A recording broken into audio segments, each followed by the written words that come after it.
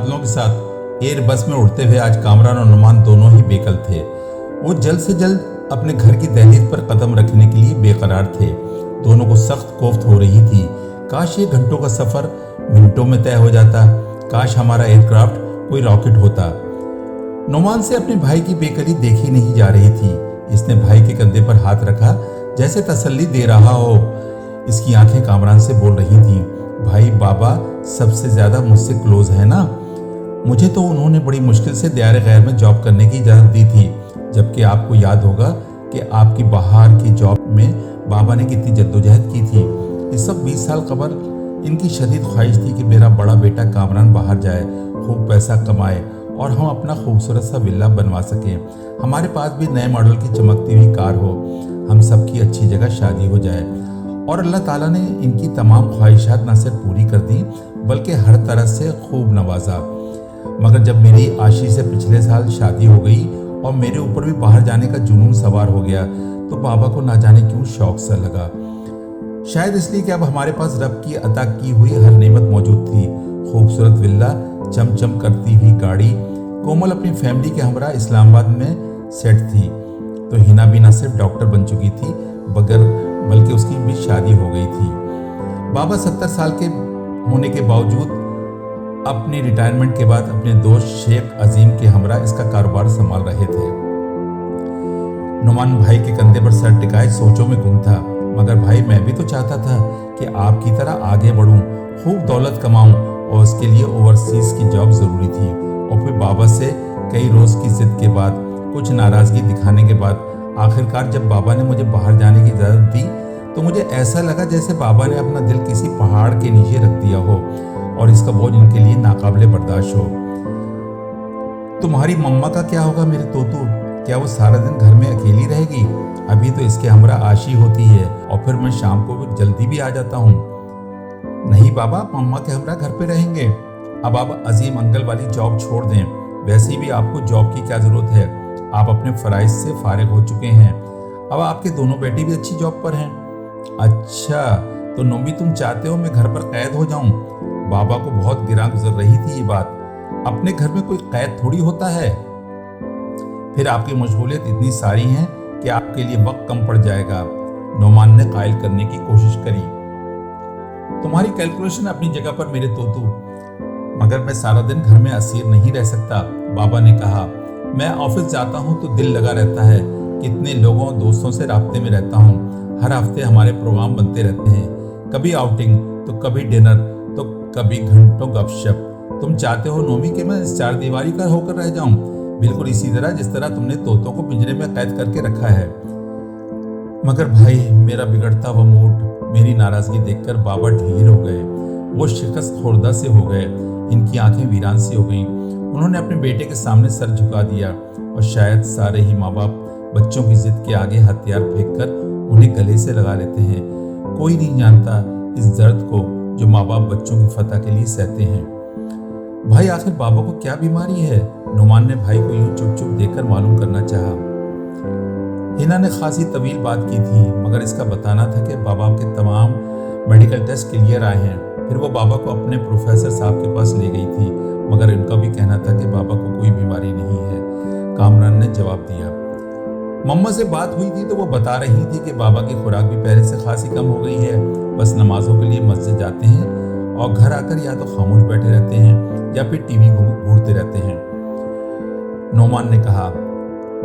फिर मेरी हिना से बात हुई तो वो बोली कि अभी वीकेंड पर मैं 2 दिन के लिए रहकर घर गई हूँ। इसका बताना था बाबा खासे बदल चुके हैं, किसी चीज में दिलचस्पी नहीं लेते, वरना वो मुख्तलिफ टॉपिक्स पर मुझसे घंटों बात किया करते थे। कामरान ने एक ठंडी सांस भरी और बोला, कोमल इस्लामाबाद में अलहदा परेशान है। वो तो आना चाह रही थी मगर मम्मा ने मना कर दिया कि बच्चों के स्कूल का हर्ज होगा। एयरपोर्ट पर हिना ने रिसीव किया, मगर वो भी खामोशी से गाड़ी ड्राइव करती रही। तुम डॉक्टर हो हिना, और तुम्हें नहीं इल्म कि बाबा को क्या बीमारी है या मुझसे कुछ छुपा रही हो? कामरान ने पूछा। नहीं भाई, बाबा मेडिकली बिल्कुल फिट है, हिना ने मुख्तसर सा जवाब दिया। नोमान का दिल चाह रहा था कि वो भागते हुए जाए और बाबा से लिपटकर खूब रोए।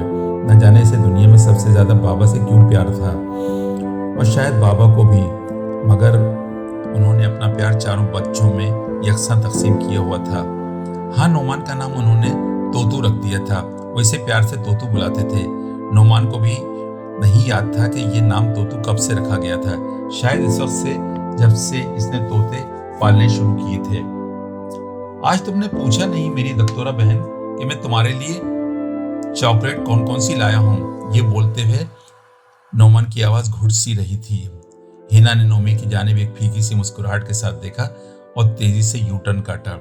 फिर गाड़ी रुकते ही नोमान ने दौड़ लगाना चाहिए कि भागकर बाबा से लिपट जाए, मगर कामरान ने इसका हाथ थाम लिया और इशारे से खुद पर काबू पाने के लिए कहा, बड़े भाई ऐसे ही होते हैं, और मेरे भाई तो ऐसा घना सायादार दरख्त थे जिसकी छांव में बैठकर हमें कभी पता ही नहीं चला कि जमाने के सर्द और गर्म सहना कितनी मुश्किल बात होती है। दोनों बेटों को यूं अचानक सामने पाकर बाबा की आंखें झिलमिल झिलमिल करने लगी। बगैर इत्तला दिए कोई यूं भी आता है?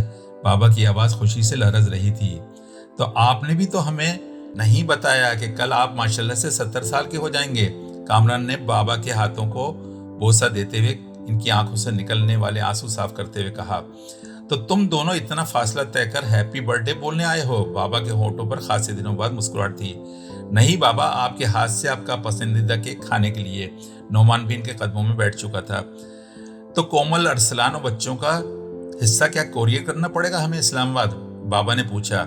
नहीं, वो लोग भी आपके हाथ से केक का मजा लेंगे। बाजी, बच्चे और अरसलान भाई कल सुबह आ रहे हैं। हिना ने बाबा की जानिब पानी का ग्लास बढ़ाते हुए कहा। अच्छा, बाबा खिल उठे। भाई आमना, कल रात का मेन्यू क्या है? आप जो बोले बन जाएगा। मम्मा भी खुशी से मुस्कुरा रही थी। और फिर शाम को बाबा के चारों दोस्त आ गए। उनके हाथ में बाबा के लिए केक का शॉपर था। अरे भाई शेर अफगन, तूने क्या कसम खाई हुई है दोस्तों की महफिल से दूर रहने की? मगर जानी देख, हमें तेरी सालगिरह की तारीख भूली नहीं। ये बाबा के चहकते हुए जिंदा दिल दोस्त हनीफ अंकल थे। चल प्यारे, जल्दी से तैयार हो जा, फिर हम चलते हैं कढ़ाई और कबाब खाने को। कासमी अंकल ने बाबा से गले मिलते हुए कहा। अरे भाई कासमी, मेरे दोनों बेटे आए हुए हैं, मैं बाहर कैसे जा सकता हूँ? बाबा ने बहाना करना चाहा तो अशफाक अंकल ने बाबा का हाथ थामा और बोले, अरे शेर अफगन, कढ़ाई के लिए तो तू हैदराबाद तक जा सकता है, फिर बच्चे कौन सा अभी वापस जा रहे हैं। नासिर अंकल ने केक का खूबसूरत बैग उठाया और नोमान को देते हुए बोले, बेटा इसे फ्रिज में रख लो, रात के खाने के बाद काट लेना, हम तो शेर अफगन की पसंदीदा कुल्फी खाएंगे। न मालूम बाबा का नाम उन्होंने शेर अफगन क्यों रख दिया था। शायद इसलिए कि बाबा 70 साल के होने के बावजूद सारे काम नौजवानों जैसे करते थे। इनकी किसी अदा से जाहिर नहीं होता था कि नाना और दादा भी बन चुके हैं। जिंदगी की मूवी को रिवाइंड करने वाले जब ऐसे दोस्त हों जो बस माजी को याद करके हल्ला गुल्ला करते हों, तो बाबा का चेहरा भी क्यों न चमकता और वो अपने जिगरी दोस्तों के साथ चले गए। आज खासे दिनों बाद दक्तोरा हना रात के खाने पर खासी मुतमईन और खुश नजर आ रही थी।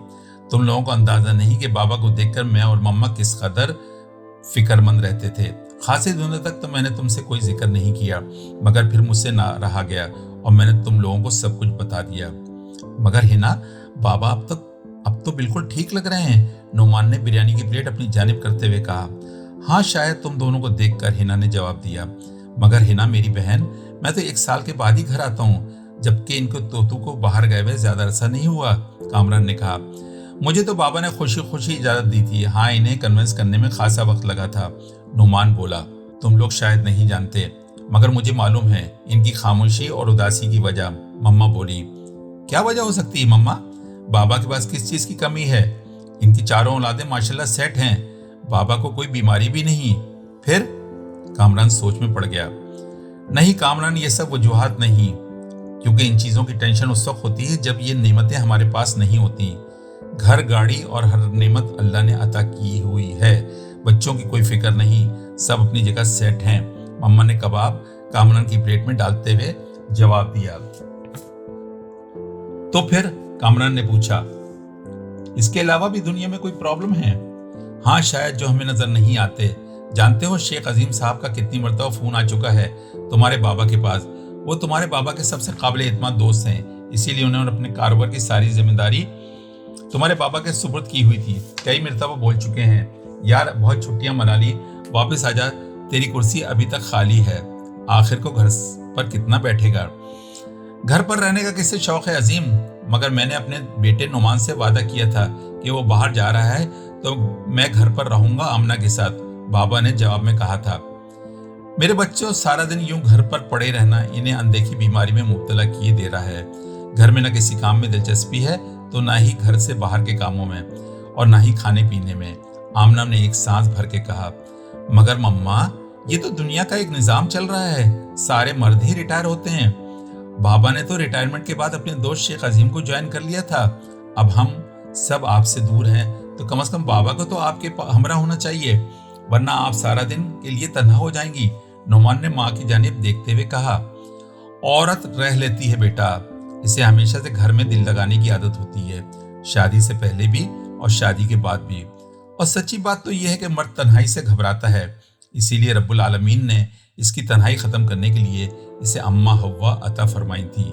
ये मम्मा के दलाइल थे। मगर भाई कुछ मर्द ऐसे भी होते हैं जो सारी जिंदगी अपने आप को एक्टिव रखना चाहते हैं। वो चाहते हैं कि इनके हाथ पैर चलते रहें, वो थकते रहें, काम करते रहें, क्योंकि काम इनके लिए जिंदगी होता है। ये डॉक्टर हिना के दलाइल थे। नोमान मेरे भाई, तुमने बाबा की जॉब छुड़ाकर शायद गलती की है, कामरान ने पानी का गिलास भरते हुए कहा। मैंने तो बाबा और मम्मा का ख्याल किया था, मुझे नहीं पता था कि बाबा को घर में रहना दीमक की तरह आहिस्ता आहिस्ता खा जाएगा। नोमान का लहजा कुछ उदास हो चला था। फिर नोबी, तुम्हारे और आशी के जाने के बाद घर और सुनसान सा हो गया। डाइनिंग टेबल की सारी कुर्सियां खाली पड़ी रहती हैं। कई मरतबा मैं चौक सी जाती हूँ कि आशी अब किचन में आएगी और बोलेगी, मम्मा आज मैं लजानिया बना लूं। आमना की आवाज भी उदासी में डूबी हुई थी। आमना, ये तीन डिशेस तुमने क्यों बना ली? मेरे लिए तो बस ये एक मिक्स दाल ही बहुत थी। ये कढ़ाई कबाब तो मेरे तूतू के पसंदीदा हैं। तुम्हारे बाबा मेरी सारी मेहनत पर पानी फेर देते। और जो मैं पहले ही उदासी की चादर ओढ़कर अपना दुख छुपाए बैठी थी, सामने पड़े मोबाइल को घूरने लगती कि शायद अभी कामरान की वीडियो कॉल आ जाए और मैं अपनी पोतियों से बात करके कुछ देर के लिए ही सही खुश हो जाऊं। बहुत दिन हो गए हलवा पूरी खाए। एक संडे मैंने तुम्हारे बाबा से फरमाइश कर दी तो इनका लेक्चर सुनने को मिल गया। आमना, हलवा पूरी का मजा उस वक्त आता है जब डाइनिंग टेबल की कुर्सियां कम पड़ जाती हैं, तो फिर मैं और तुम कभी नवासियों को तो कभी पोतियों को अपनी गोद में बिठा लेते हैं और खुद खाने से ज्यादा इन्हें खिलाने में मजा आता है। इसी दौरान मेरी बेटी हिना नाश्ते के फौरन बाद मुझे तेजाबियत का शरबत पिला देती है। मैं क्या करती, बस खाली खाली आंखों से इन्हें देखती रही। वो जो खाने पीने और चीज के शौकीन थे, क्या से क्या होते जा रहे थे। इसीलिए हिना जब आई तो मैंने इसे सब कुछ बता दिया। फिर वो 2 दिन तुम्हारे बाबा को ऑब्जर्व करती रही और चलते हुए इसने कहा, मैं भाई से बात करूंगी कि बाबा को ना जाने क्या होता जा रहा है। नाना हिना बेटे, कामरान और नुमान को कुछ ना बताना, दियारे गैर में वो परेशान हो जाएंगे, 10 मरतबा फोन करेंगे। मैं तो बिल्कुल ठीक ठाक हूँ ना, बस कभी कभी डिप्रेशन हो जाता है, वैसे मैं बिल्कुल फिट हूँ। बाबा घबरा गए। तो बाबा बिल्कुल फिट हो जाएं, वरना आपके बेटे परेशान हो जाएंगे। मगर भाई बाबा कुछ भी एडजस्ट ना कर पाए। अपनी सारा दिन की मसरूफियत का यूं खत्म हो जाना और सबसे बढ़कर नोमान और आशी का घर को सूना करके चले जाना। हिना ने कहा तो आमना ने उदास लहजे में बताया, एक दिन मैंने देखा वो तोतों के पिंजरों के पास खड़े हैं, इन्हें घूरते हुए इनसे बातें कर रहे हैं। दोस्तों, तुम्हारा दर्द मुझसे बेहतर कौन जान सकता है। आजाद पंछी को यूं दाना पानी के साथ कैद करके सोचना कि हमने इनके खाने पीने और रहने का इंतजाम करके शायद अपना फर्ज अदा कर दिया है।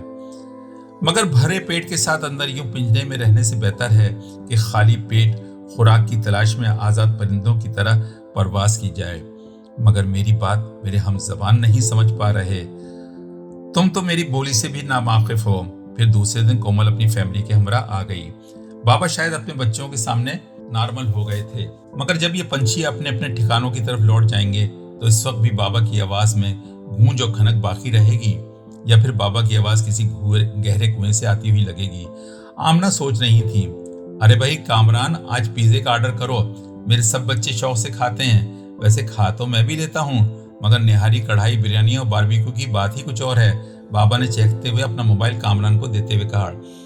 1 हफ्ते तक खूब रौनक लगी रही, लगता था खूब मैं बरसा है और सारी खेती हरी भरी हो गई है। माँ बाप के चेहरों पर रौनक तो बच्चों के प्यार की फुवार से भी आ जाती है। यहाँ तो प्यार की खूब बरसात हो रही थी। कोमल ने बाबा से बहुत सारे वादे लिए और इस्लामाबाद लौट गई। 2 रोज बाद कामरान और नोमान की फ्लाइट भी थी और आमना का दिल बैठे जा रहा था। फिर आमना ने देखा नाश्ते के बाद नोमान शेख अजीम से फोन पर बात कर रहा है और कुछ देर बाद दोनों बेटे बाबा को लेकर कमरे में चले गए। कुछ देर बाद नोमान अपने तोतों के पिंजरे के पास खड़ा था। अंदर से वो एक फैसला करके आया था। बरसों से कैद इन परिंदों पर इसने अलविदाई नजर डाली और लरसते हुए हाथों से पिंजरे का दरवाजा खोल दिया। परिंदे चहकने लगे और नाकाबिले यकीन पहले वो दरवाजे पर आकर बैठ गए। नुमान को देखने लगे जैसे पूछ रहे हो, पक्का फैसला किया ना मालिक आपने? नुमान की आंखें भर आईं। वो झिलमिलाती आंखों से एक एक करके पिंजरे से इन्हें निकलता हुआ देखता रहा। बाबा के तोतों के आंसू इसके गालों पर फिसल रहे थे, मगर इसे महसूस न हुआ कि कुछ परिंदे भी अपने आंसू अपने साथ छुपाकर ले गए थे। और फिर कामरान के हमरा बाबा गाड़ी की चाबी लिए अंदर से बरामद होते हैं। आज खासे अरसे बाद उन्होंने सूट जेबतन किया हुआ है। वो गाड़ी में आकर बैठते हैं तो अंदर से आमना भागती हुई आती हैं। आपके सनग्लासेस, वो मुस्कुराते हुए बाबा का चश्मा इन्हें पकड़ा देती हैं। बाबा, आज तो आप बिल्कुल हीरो की तरह लग रहे हैं। नुमान की आवाज में खुशी की कपकपाहट थी। अरे मेरे तोतू, लग रहे हैं क्या? मैं तो हीरो ही हूँ। ये और बात है कि मुझे मेरी हीरोइन न मिली। बाबा कुछ ज्यादा ही शौक हो चले थे। तो जाइए, किसने रोका है आपको? तलाश कर लीजिए अपनी हीरोइन। मम्मा ने भी तनक कर फौरन जवाब दिया। बाबा ने गाड़ी स्टार्ट की और आसमान की जानिब नजर दौड़ाई। आजाद परिंदे अपनी मंजिल की जानिब महवे परवास थे। इसी दौरान हवाई जहाज की तेज आवाज ने कामरान और नुमान को तेजी से अंदर भागने पर मजबूर कर दिया। इन्हें अभी बहुत सारी पैकिंग जो करनी थी। ब्रेक टाइम चैनल को लाइक करें, शेयर करें और सब्सक्राइब करें। Thank you.